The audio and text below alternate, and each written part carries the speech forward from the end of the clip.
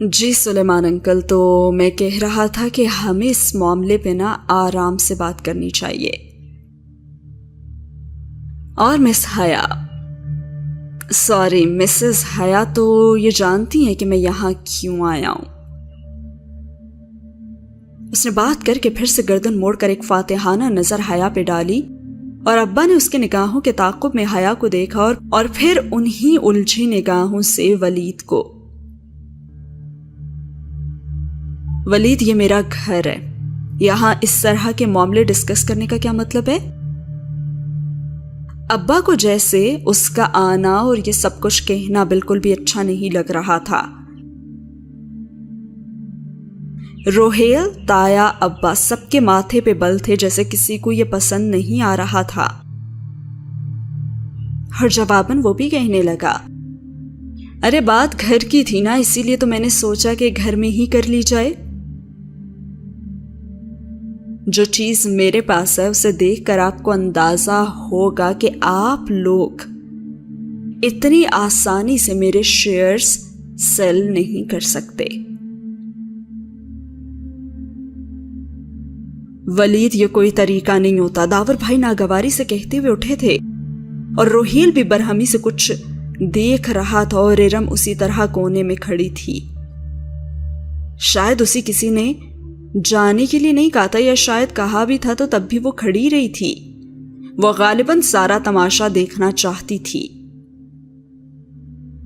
اور اس سارے میں اگر کوئی بڑے مزے سے بیٹھی کوک کے کین سے گھونٹ گھونٹ بھر رہی تھی تو وہ کوئی اور نہیں نتاشا تھی، ہر فکر سے بے نیاز اور ہر سچویشن کو انجوائے کرتی ہوئی. اور پھر ولید نے کہا کہ داور، تم تو اسے ضرور دیکھنا چاہو گے، آخر اس کا تعلق تمہاری ہی شادی کے فنکشن سے تو ہے.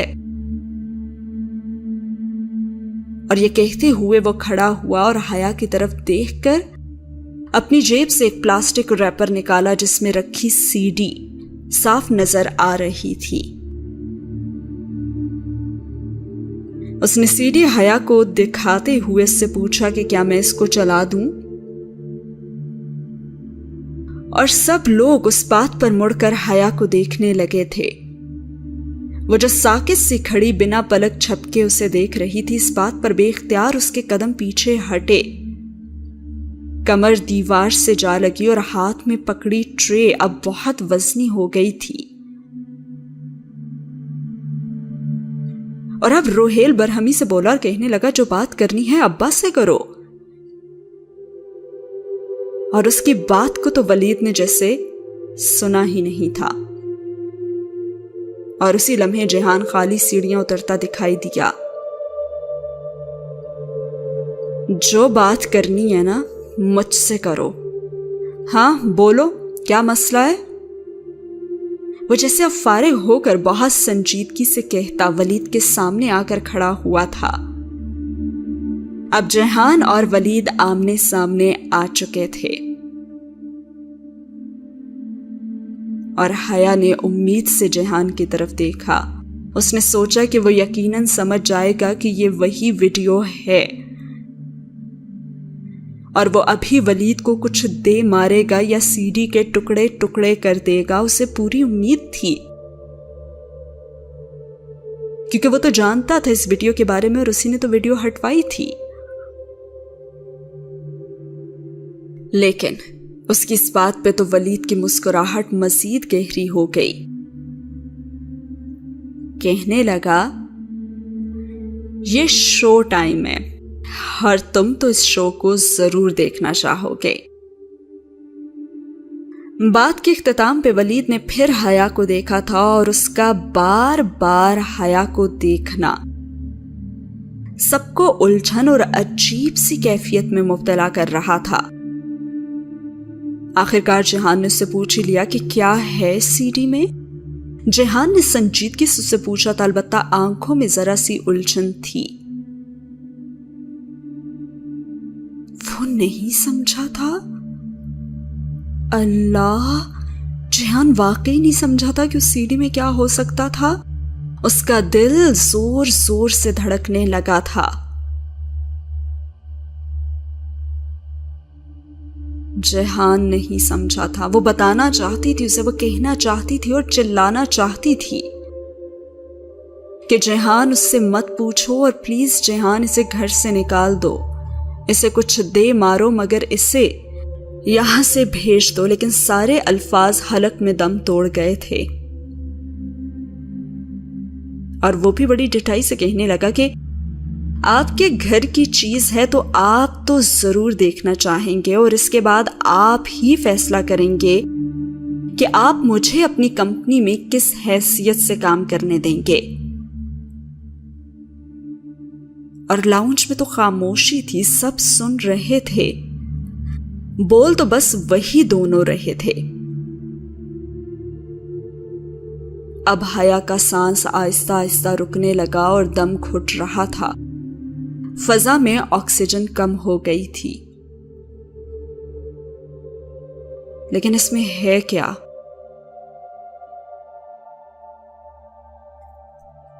جہان کے پوچھنے پہ ولید کہنے لگا کہ ارے وہ رہا نا ٹی وی, اور وہ اس کے نیچے DVD رکھا ہے, اس کو لگا کر خود ہی دیکھ لو نا اور بہت انجوائے کرو گے.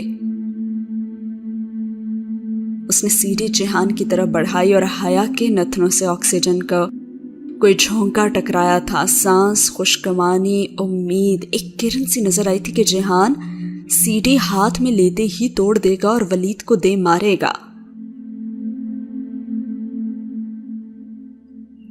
جہان نے ذرا تذبذب سے CD کو دیکھا اور پھر اسے تھام لیا,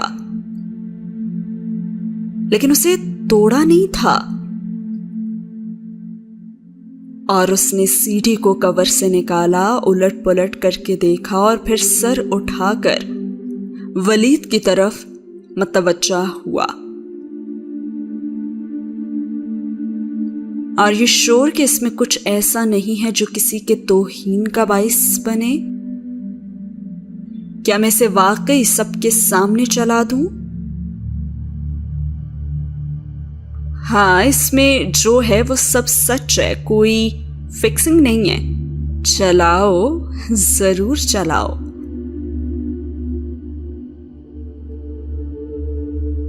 اور جہان نے CD پکڑے پکڑے تایا ابا کو دیکھا. وہ بھی اسے الجھی ہوئی نگاہوں سے اسے دیکھ رہے تھے. کسی کی بھی سمجھ میں کچھ نہیں آ رہا تھا کہ اچانک ہو کیا رہا ہے. اس طرح اچانک ولید کا آنا اور پھر ان سب سے کہنا کہ وہ ان سے کوئی بات کرنا چاہتا ہے, اور پھر یہ CD وغیرہ. جہان نے مڑ کر ارم کو دیکھا. کیا میں اسے چلا دوں؟ اس نے ارم سے اجازت مانگی تھی. ارے وہ اس سے کیوں پوچھ رہا تھا؟ کہ اسے احساس نہیں تھا کہ یہ CD ارم نے ہی تو ولید کو دی ہوگی, اور اسی لیے تو ارم نے بہت ہی بے نیازی سے شانے اچکائے جیسے کہہ رہی ہو کہ میری بلا سے. البتہ اس کی آنکھوں میں مسکراہٹ سی تھی, شو ٹائم کی مسکراہٹ کے اب آئے گا نا مزہ. جہان نے پھر ولید کو دیکھا جیسے خود بھی متذبذب تھا کہ اسے یہ CD چلانی چاہیے یا نہیں. جہان نے ایک اسپاٹ سی نگاہ اس پہ ڈالی اور پھر اوکے کہتا ہوا مڑا. اس کے قدم دیوار میں لگے ٹی وی کی طرف اٹھ رہے تھے اور کچن کی کھلی کھڑکی سے ہوا کا جھونکا آیا اور آدھی کھلی دیوار پہ لٹکتے ونڈ چائم کی لڑیاں گول گول گھومنے لگی تھیں. سٹیک اور کانچ ٹکرائے اور خاموشی میں مدھم سا نغمہ بج اٹھا, ماتم کا نغمہ اور سوگ کا نغمہ. پھر جہان نے ایک قدم مزید ٹی وی کی طرف بڑھایا اور باہر بادل زور کے گرجے اور بجلی چمکی اور حیا کے ہاتھ سے جنجر بریڈ ہاؤس کی ٹرے گر پڑی.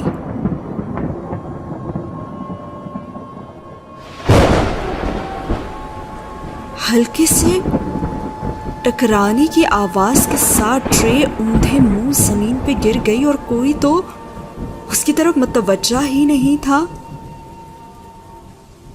یعنی کہ حیا نے اس بار جیہان کا دیا ہوا جنجر بریڈ ہاؤس توڑ دیا تھا. جیہان نے اس سے کہا تھا نا کہ اب کی بار ٹوٹا تو غلطی تمہاری ہوگی، اور اس نے ایک بار پھر سے اپنا گھر توڑ دیا تھا. لیکن کوئی اس کی طرف متوجہ نہیں تھا. سب اس سی ڈی کو دیکھ رہے تھے کہ آخر اس میں ایسا کیا ہے جسے دکھانے کے لیے ولید اتنا بے چین ہو رہا تھا. جیہان آہستہ آہستہ چلتا ٹی وی کی طرف جا رہا تھا اور حیا کا ٹوٹا ہوا جنجر بریڈ ہاؤس اس کے قدموں میں گرا پڑا تھا، لیکن اسے پرواہ نہیں تھی. وہ بس سانس روکے لاؤنج میں بیٹھے نفوس کو دیکھ رہی تھی. ابا، روہیل، جیہان، باپ، بھائی، شوہر، کوئی اس کے ساتھ نہ تھا. کوئی اسے اس پرائے مرد بلیک میلر سے بچا نہیں سکتا تھا. لیکن کیا واقعی کوئی نہیں تھا؟ اللہ تعالیٰ، اس نے زور سے پکارا تھا، اور اللہ کا نام وہ واحد نام ہوتا ہے جس کو بولنے کے لیے ہونٹ ہلانے کی ضرورت نہیں ہوتی. اور اس نے بھی نقاب تلے آپس میں بند ہونٹوں کے پیچھے زبان ہلا کر اسے پکارا تھا. اللہ تعالیٰ، میں بہت اکیلی ہوں، میرے پاس اس وقت کوئی نہیں ہے جسے میں پکار سکوں.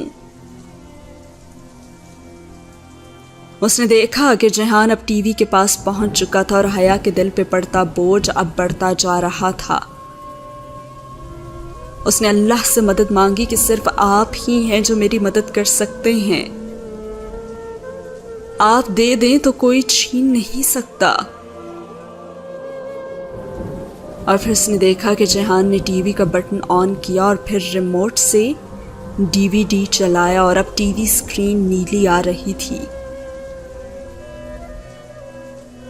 اس نے پھر سے اللہ سے کہا کہ آپ چھین لیں تو کوئی دے نہیں سکتا، اور اگر آپ دے دیں تو کوئی چھین نہیں سکتا.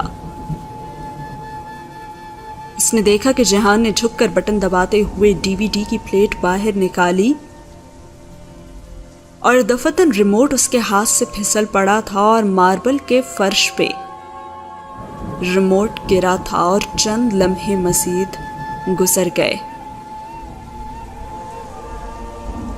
اور اس نے دعا کی کہ اللہ میری مدد کرے اور مجھے اکیلا مت چھوڑیں. اب جیہان ریموٹ اٹھا کر پھر سیدھا ہوا، اور کاش ریموٹ ٹوٹ جاتا، لیکن وہ نہیں ٹوٹا تھا اور نہ ہی سی ڈی ٹوٹی تھی. ہر چیز تو اس کے خلاف جا رہی تھی. جیہان نے خالی سانچے میں سی ڈی رکھی اور اسے واپس دھکیلا، اور اس نے کہا کہ مجھے ان لوگوں کے سامنے رسوا نہ کریں.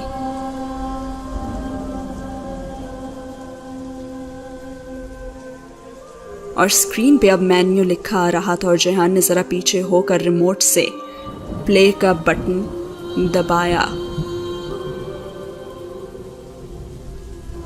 اور آخری دعا جو اس نے مانگی کہ مجھے رسوا نہ کرنا، پلیز ہیلپ می پلیز. اور حیا نے اپنی آنکھیں بند کر لی تھیں، اور شاید سی ڈی نہ لگے اور وہ اندر پھنس جائے، اور شاید مگر چند ہی لمحوں بعد اسے گانے کی ٹون سنائی دی تھی، وہی شیلا کی موسیقی. اور اس کے قدموں تلے سے تو زمین سے رکھنے لگی تھی اور سر سے آسمان ہٹنے لگا تھا. اسے لگا وہ ابھی گر جائے گی اور وہ ابھی مر جائے گی. ویڈیو لگ چکی تھی اور سب دیکھ رہے تھے. وہ خواب نہیں تھا، وہ حقیقت تھی، اور وہ ایک دفعہ پھر رسوا ہونے جا رہی تھی. یعنی ساری اس کی رضاعت، ساری اس کی اطاعت، سب بیکار گیا تھا. رسوائی، گناہ وہ اس کا پیچھا کبھی نہیں چھوڑیں گے، اور وہ قبر تک اس کے پیچھے آئیں گے.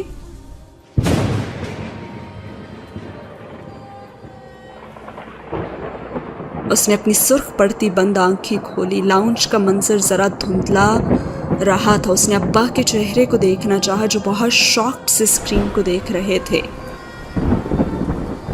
اس نے اپنے باپ کو سرے بازار بے عزت کر دیا تھا.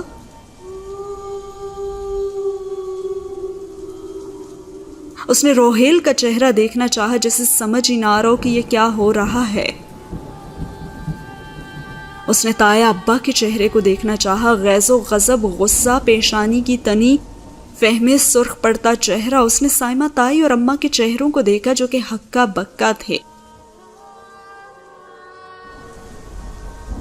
گانا اسی طرح چل رہا تھا اور اس نے نتاشا کے چہرے کو دیکھا جو بڑے ہی ستائشی انداز میں اسکرین کو دیکھتی ایکسائٹڈ سی ہو کر آگے کو ہو کر بیٹھی ہوئی تھی. کوک کا کین ابھی تک اس کے ہاتھ میں تھا اور اس کی نگاہیں پھر نتاشا سے ہوتی ہوئی سامنے جیہان کے چہرے پہ پڑی. اور جیہان وہ واحد شخص تھا جو ٹی وی کو نہیں دیکھ رہا تھا. وہ صرف اور صرف چپتی ہوئی نگاہوں سے ولید کو دیکھ رہا تھا.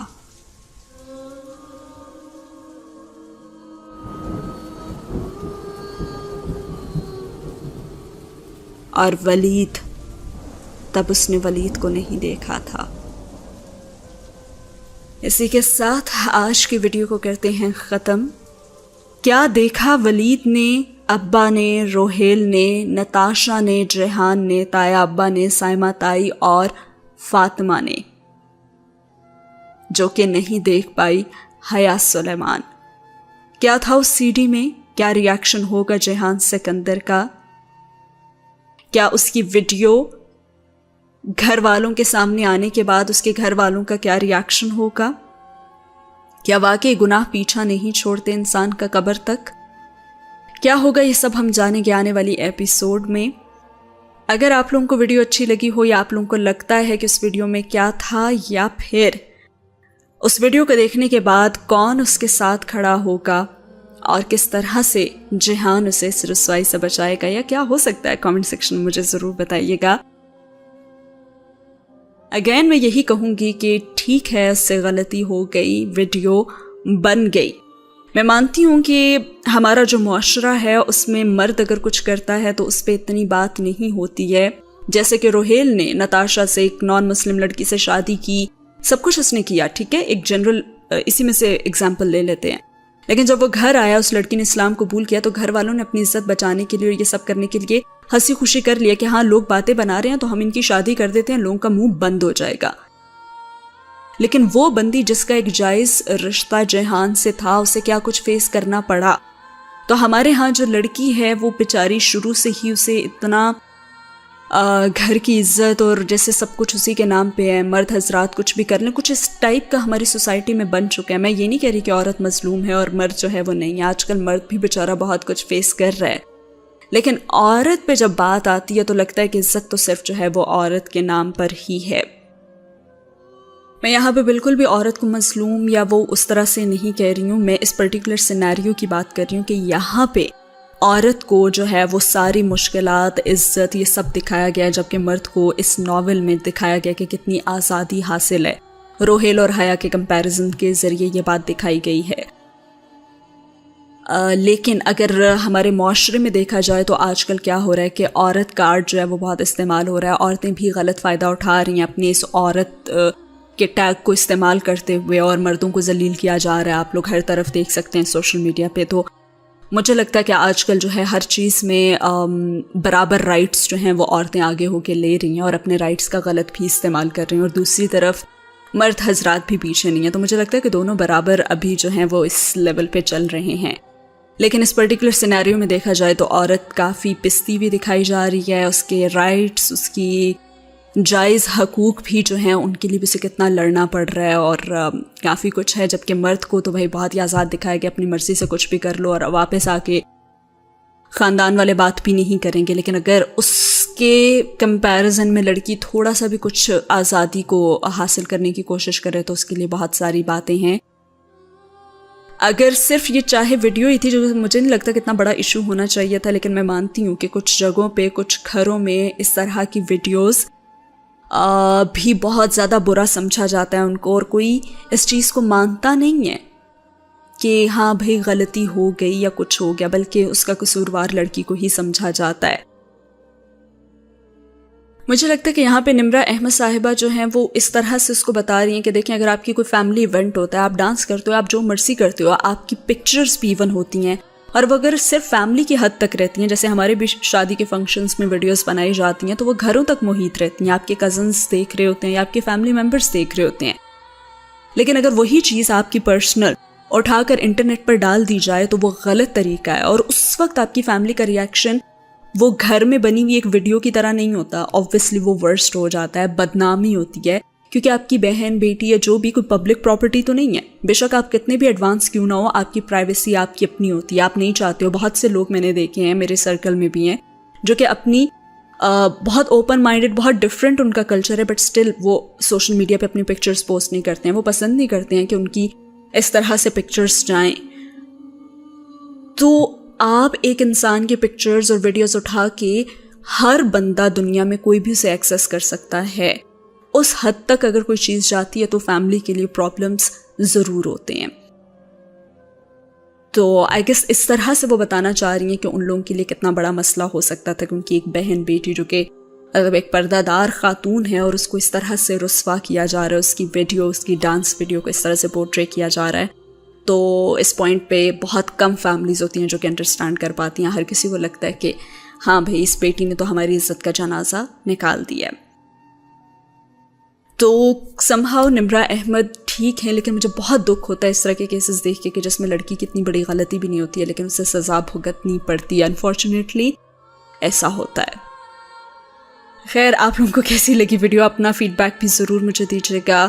صرف میرا ایک پوائنٹ ہے کہ آپ کی ڈانس ویڈیو ہے، آپ کی کوئی بھی ویڈیو ہے، وہ آپ کے گھر تک ہے، آپ تک ہے، وہ کوئی ایشو نہیں ہے، لیکن آبویسلی اگر وہ پوری دنیا میں دکھائی جا رہی ہے، جو کہ کوئی فلم سٹار نہیں ہو، آپ کچھ اس طرح سے نہیں ہو، تو پھر آپ کی فیملی پہ ہر طرح کے لوگ ہوتے ہیں اور ان کو کسی بھی جگہ پہ کوئی بھی بندہ پن کر سکتا ہے۔ سو یہ کانسیپٹ اس طرح سے میں کہتی ہوں کہ یہ واقعی میں ان کے لیے غلط ہوا ہے اور ان کی فیملی کے لیے رسوائی کا سبب بن سکتا ہے۔